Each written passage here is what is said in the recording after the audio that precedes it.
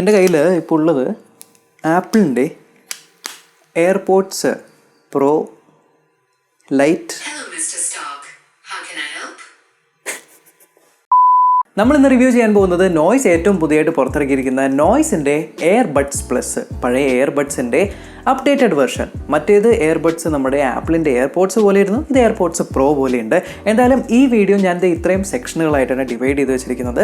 So നമുക്ക് video start ചെയ്യാം. ആദ്യമേ ഞാൻ ഒരു കാര്യം പറഞ്ഞേക്കാം, ഇതിൻ്റെ പ്രൈസ് MRP വരുന്നത് 5,999 റുപ്പീസിനാണ് ഇത് സെയിലിന് പോകുന്നത്. സോ പെട്ടെന്ന് നമുക്കിത് അൺബോക്സ് ചെയ്യാം. അപ്പോൾ ഇതാണ് നോയ്സിൻ്റെ എയർബഡ്സ് പ്ലസിൻ്റെ ബോക്സ്. അപ്പോൾ ഇതിൻ്റെ മുകളിലായിട്ട് നമുക്ക് എയർബഡ്സിൻ്റെ പടവും കൊടുത്തിട്ടുണ്ട്. റൈറ്റ് സൈഡിൽ ഡിസൈൻഡ് ഇൻ ഇന്ത്യ, എല്ലാ ബോക്സിലും കാണുന്ന പോലെ ലിസൺ ടു നോയ്സ് വിത്തിൻ എന്നൊക്കെ എഴുതിയിട്ടുണ്ട്. ഇനി ബാക്ക് സൈഡിൽ നോക്കുകയാണെങ്കിൽ നമുക്ക് ഇതിൻ്റെ ഫീച്ചേഴ്സിലേക്ക് പോകാം. അപ്പോൾ ഇതിനകത്ത് ഫുൾ ടച്ച് കൺട്രോൾസ് ആണ് എന്ന് പറയുന്നുണ്ട്. പിന്നെ 20 hours total play back time, അത് കേസ് ഉൾപ്പെടെയാണ് പറയുന്നത്.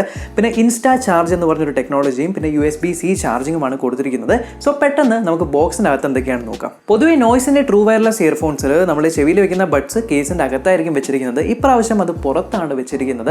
അപ്പോൾ ഈ 2 എയർബഡ്സും മുകളിൽ വെച്ചിട്ടുണ്ട്, താഴെ വെള്ള കളറിലുള്ള ആ ഒരു കേസും കൊടുത്തിട്ടുണ്ട്. ഇനി ഇതിൻ്റെ ബാക്കിലുള്ള ഒരു കമ്പാർട്ട്മെൻറ്റിലായിട്ട് നമുക്ക് കുറേ സ്റ്റിക്കേഴ്സ് ഇപ്രാവശ്യം കൊടുത്തിട്ടുണ്ട്. Stickers, warranty card, user manual എന്നിങ്ങനത്തെ കാര്യങ്ങളും.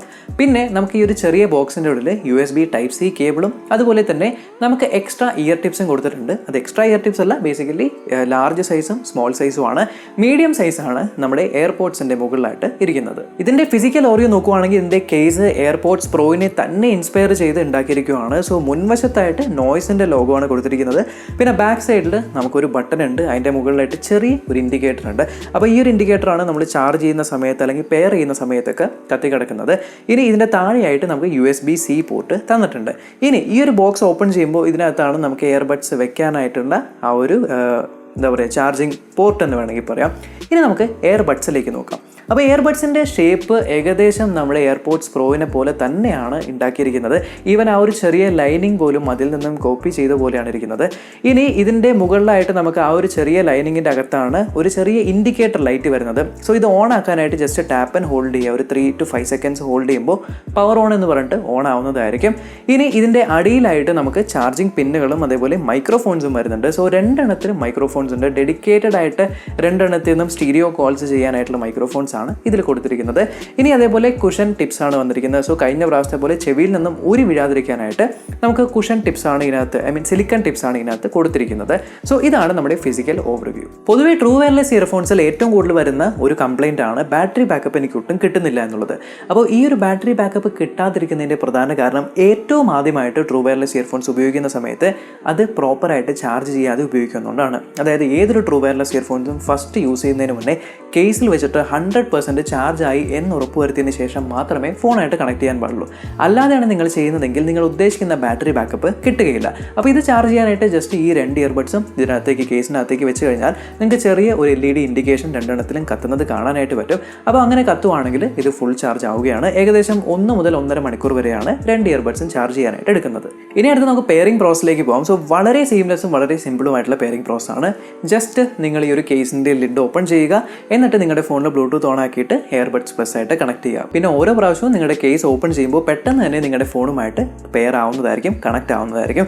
യാതൊന്നും ചെയ്യേണ്ട ആവശ്യമില്ല. മറ്റ് ഇയർപോഡ്സ് പോലെ ഇത് പുറത്തെടുത്ത് ചെവിയിൽ വെക്കുമ്പോഴല്ല കണക്ട് ആവുന്നത്. ലിഡ് ഓപ്പൺ ചെയ്യുമ്പോൾ തന്നെ കണക്ട് ആവുകയും ലിഡ് ക്ലോസ് ചെയ്യുമ്പോൾ ഓട്ടോമാറ്റിക്കായിട്ട് ഡിസ്കണക്ട് ആവുകയും ചെയ്യും. ഇനി നമുക്ക് ഇതിൻ്റെ കൺട്രോൾസിലേക്ക് പോകാം. അപ്പോൾ ഇതിലുള്ള കൺട്രോൾസ് ലേശം ഡിഫറൻ്റ് ആണ്. അപ്പോൾ സിംഗിൾ ടാപ്പാണ് ചെയ്യുന്നതെങ്കിൽ ലെഫ്റ്റ് സൈഡിൽ വോളിയം ഡൗണും റൈറ്റ് സൈഡിൽ വോളിയം അപ്പും ആണ് വരുന്നത്. ഇനി ഡബിൾ ടാപ്പ് ചെയ്യുമ്പോഴാണ് പ്ലേയും പോസും ആവുന്നത്. അത് ലെഫ്റ്റിലും റൈറ്റിലും ഒരേപോലെയാണ്. ഇനി ടാപ്പ് ആൻഡ് ഹോൾഡ് ചെയ്ത് കഴിഞ്ഞാൽ 2 സെക്കൻഡിലേക്ക് ടാപ്പ് ആൻഡ് ഹോൾഡ് ചെയ്ത് കഴിഞ്ഞാലാണ് നെക്സ്റ്റ് ട്രാക്കും പ്രീവിയസ് ട്രാക്കും പോകുന്നത്. ഇനി 3 പ്രാവശ്യമാണ് നിങ്ങൾ ടാപ്പ് ചെയ്യുന്നതെങ്കിൽ നിങ്ങളുടെ ഫോണിൽ ഗൂഗിൾ അസിസ്റ്റൻ്റ് അല്ലെങ്കിൽ സിറി വെയ്ക്ക് ചെയ്യുന്നതായിരിക്കും. ഇനി കോൾ അക്സെപ്റ്റ് ചെയ്യാനായിട്ട് സിംഗിൾ ടാപ്പും കോൾ കട്ട് ചെയ്യാനായിട്ട് ഡബിൾ ടാപ്പും കോൾ റിജക്ട് ചെയ്യാനായിട്ട് ടാപ്പ് ആൻഡ് ഹോൾഡുമാണ് ചെയ്യേണ്ടത്. ഇനി നമുക്ക് ഇതിൻ്റെ കംഫർട്ടിൻ്റെയും സൗണ്ട് ക്വാളിറ്റിയുടെയും കാര്യം പറയാം. അപ്പോൾ നമ്മൾ ചെവിയിലെടുത്ത് വെക്കുമ്പോൾ ഇയർപോഡ്സ് ഇങ്ങനെ കയ്യിലെടുക്കുമ്പോൾ തന്നെ കണക്റ്റഡ് എന്ന് പറഞ്ഞ് ഇതിലേക്ക് പറയുന്നതായിരിക്കും.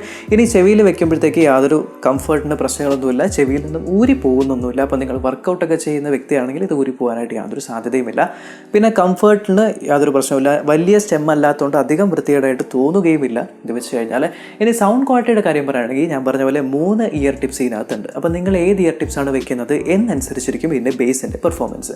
അപ്പോൾ നിങ്ങളുടെ ചെവിക്ക് ഉചിതമായ ഇയർ ടിപ്സാണ് വെക്കുന്നതെങ്കിൽ നിങ്ങൾക്ക് നല്ലൊരു ബേസും അതേപോലെ തന്നെ ആഡിക്വേറ്റ് ആയിട്ടുള്ള മിഡ്സും ട്രിബിൾസും കിട്ടുന്നതായിരിക്കും. ചില സമയങ്ങളിൽ വോക്കൽസ് കേൾക്കുമ്പോൾ വോക്കൽസ് ലേശം ഷാർപ്പായിട്ട് തോന്നുന്നുണ്ട്.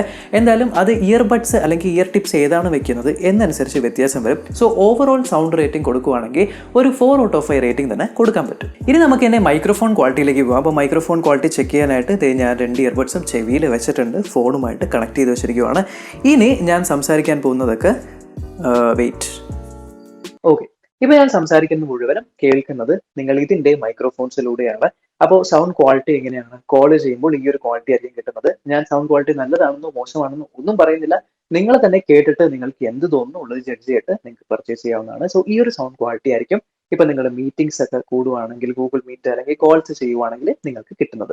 ഇനി അടുത്ത ട്രൂ വയർലെസ് ഇയർഫോൺസ് ആയതുകൊണ്ട് തന്നെ ലേറ്റൻസി ഉണ്ടാവും എന്ന് നമ്മൾക്ക് എല്ലാവർക്കും അറിയാം. സോ എത്രത്തോളം ലേറ്റൻസി ആണെന്ന് ചോദിച്ചാൽ ഇപ്പോൾ യൂട്യൂബ് വീഡിയോസ് ഒക്കെ കാണുന്ന സമയത്തൊന്നും നമുക്ക് യാതൊരു ലേറ്റൻസിയും ഫീൽ ചെയ്യില്ല, വിസിബിളി ഫീൽ ചെയ്യില്ല. ഇനി ഗെയിമിങ്ങിന് ഇത് നല്ലതാണോ എന്ന് വെച്ചാൽ നമുക്കൊന്ന് ഗെയിമിംഗ് ലേറ്റൻസി ഒന്ന് ചെക്ക് ചെയ്ത് നോക്കാം.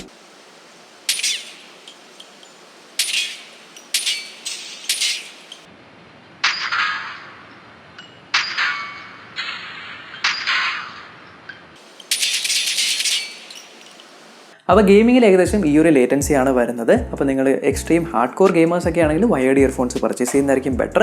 അല്ല ഒരു കാഷ്വൽ ഗെയിമിങ്ങിനൊക്കെ ആണെങ്കിൽ ലേറ്റൻസി എനിക്ക് വലിയൊരു പ്രശ്നമായിട്ട് ഇതിൽ തോന്നിയില്ല. ഇനി ചാർജിങ്ങിൻ്റെ കാര്യം നോക്കുവാണെങ്കിൽ കേസ് ഫുൾ ചാർജ് ആവാനായിട്ട് ഏകദേശം 2 മണിക്കൂറാണ് എടുക്കുന്നത്. സോ പ്ലഗ് ചെയ്യുമ്പോൾ വൈറ്റ് LED വരും. ഫുൾ ചാർജ് ചെയ്ത് കഴിഞ്ഞാൽ ആ ഒരു LED ഓഫ് ആവുന്നതായിരിക്കും. ഇനി ലോ ബാറ്ററിയാണ് ഈ ഒരു കേസിലെങ്കിൽ ഇത് ഏകദേശം 3 സെക്കൻഡ് ഒരിക്കൽ ബ്ലിങ്ക് ചെയ്തുകൊണ്ടേ ഇരിക്കുന്നതായിരിക്കും. ഇനി ഇതിനകത്തുള്ള പ്രധാനപ്പെട്ട ഫീച്ചേഴ്സ് എടുത്ത് പറയാനായിട്ടുള്ളത്, ഒന്ന് ഇത് തുറക്കുമ്പോൾ തന്നെ ഇൻസ്റ്റൻ്റ് ആയിട്ട് കണക്റ്റ് ആവുന്നു എന്നുള്ളതാണ്. ഇനി രണ്ടാമത്തേത് ഇതിനകത്ത് സ്റ്റീരിയോ മൈക്രോഫോൺസ് ഉണ്ട്, ലെഫ്റ്റിലും റൈറ്റിലും മൈക്രോഫോൺ ഉണ്ട്. അപ്പോൾ ഒരു ഇയർപോഡ്സ് മാത്രമായിട്ട് ഉപയോഗിക്കണമെങ്കിൽ അത് നിങ്ങൾക്ക് ഇതിൽ സാധിക്കും. ഇനി ഒരു സിംഗിൾ ചാർജിൽ ഇയർബഡ്സ് വെച്ചിട്ട് നിങ്ങൾക്ക് 4 മണിക്കൂറോളമാണ് കേൾക്കാനായിട്ട് പറ്റുന്നത്. ഇനി കേസ് ഉൾപ്പെടെയാണെങ്കിൽ 20 മണിക്കൂർ നിങ്ങൾക്ക് കിട്ടും. ഇനി അതുപോലെ ഇതിനകത്ത് ഇൻസ്റ്റാ ചാർജ് എന്ന് പറഞ്ഞ ടെക്നോളജിയും കൊണ്ടുവന്നിട്ടുണ്ട്. അതായത് 8 മിനിറ്റ് ചാർജ് ചെയ്ത് കഴിഞ്ഞാൽ 80 മിനിറ്റ്സ് വരെ നിങ്ങൾക്ക് പാട്ട് കേൾക്കാനായിട്ട് പറ്റും 70% വോളിയത്തിൽ എന്നാണ് പറയുന്നത്. എന്തായാലും ഞാനിത് ഫുൾ ചാർജ് ചെയ്തിട്ട് ഉപയോഗിച്ചിരിക്കുകയാണ്. എന്തായാലും ഞാൻ ഫസ്റ്റ് ചാർജ് ചെയ്തേ പിന്നെ ഇതിനകത്ത് ചാർജ് ഇതുവരെയും തീർന്നിട്ടില്ല. സോ ആ ഒരു കാര്യം ഞാൻ ടെസ്റ്റ് ചെയ്ത് നോക്കിയിട്ടില്ല. എന്തായാലും കമ്പനി അങ്ങനെ പറയുന്നുണ്ട്. സോ ഡെഫിനറ്റ്ലി ഇതൊരു പ്ലസ് വെർഷൻ ആയതുകൊണ്ട് എന്തായാലും ഇതിലുണ്ടാവേണ്ടതാണ്. എന്തായാലും ഫാസ്റ്റ് ചാർജിങ് ടെക്നോളജി ഇതിനകത്ത് ഉണ്ട്. ഇനി IP റേറ്റിംഗ് ഉണ്ടോയെന്ന് വെച്ചാൽ IPX5 റേറ്റഡ് ആണ് ഈ ഒരു പ്രൊഡക്റ്റ്. അതുപോലെ തന്നെ Type-C ചാർജിങ് പോർട്ട് വരുന്നുണ്ട് ഈ ഒരു പ്രൈസ് പോയിന്റിൽ. പിന്നെ ഫൈനലി ഇതിനകത്ത് വരുന്ന ഡ്രൈവർ 6 മില്ലിമീറ്ററിൻ്റെ ഡ്രൈവറാണ്. അപ്പോൾ 6 മില്ലിമീറ്ററിൻ്റെ ഡ്രൈവർ ആണെങ്കിൽ പോലും ഇൻ-ഇയർ ആണ്, ആ ഒരു ബഡ്സ് ടൈപ്പ് ആണ് എന്നുള്ളത് കൊണ്ട് തന്നെ ബേസിലും സൗണ്ട് ക്വാളിറ്റിയിലൊന്നും യാതൊരു കോംപ്രമൈസും വരുത്തിയിട്ടില്ല. അപ്പോൾ എന്തായാലും ഇതാണ് നമ്മുടെ നോയ്സിൻ്റെ എയർബഡ്സ് പ്ലസിൻ്റെ റിവ്യൂ. ഈ ഒരു വീഡിയോ ഇൻഫോർമേറ്റീവ് ആയിട്ട് തോന്നി ഉറപ്പായിട്ടും ചാനൽ ചെക്ക് ചെയ്യാനും ഇതുവരെ സബ്സ്ക്രൈബ് ചെയ്തിട്ടില്ല അല്ലെങ്കിൽ സബ്സ്ക്രൈബ് ചെയ്യാനും തൊട്ട് ബെല്ലൈക്കൺ ക്ലിക്ക് ചെയ്ത് ഓൾ നോട്ടിഫിക്കേഷൻ എനേബിൾ ചെയ്യാനും മറക്കണ്ട. നമ്മൾക്കിനി അടുത്ത വീഡിയോയിൽ കാണാം.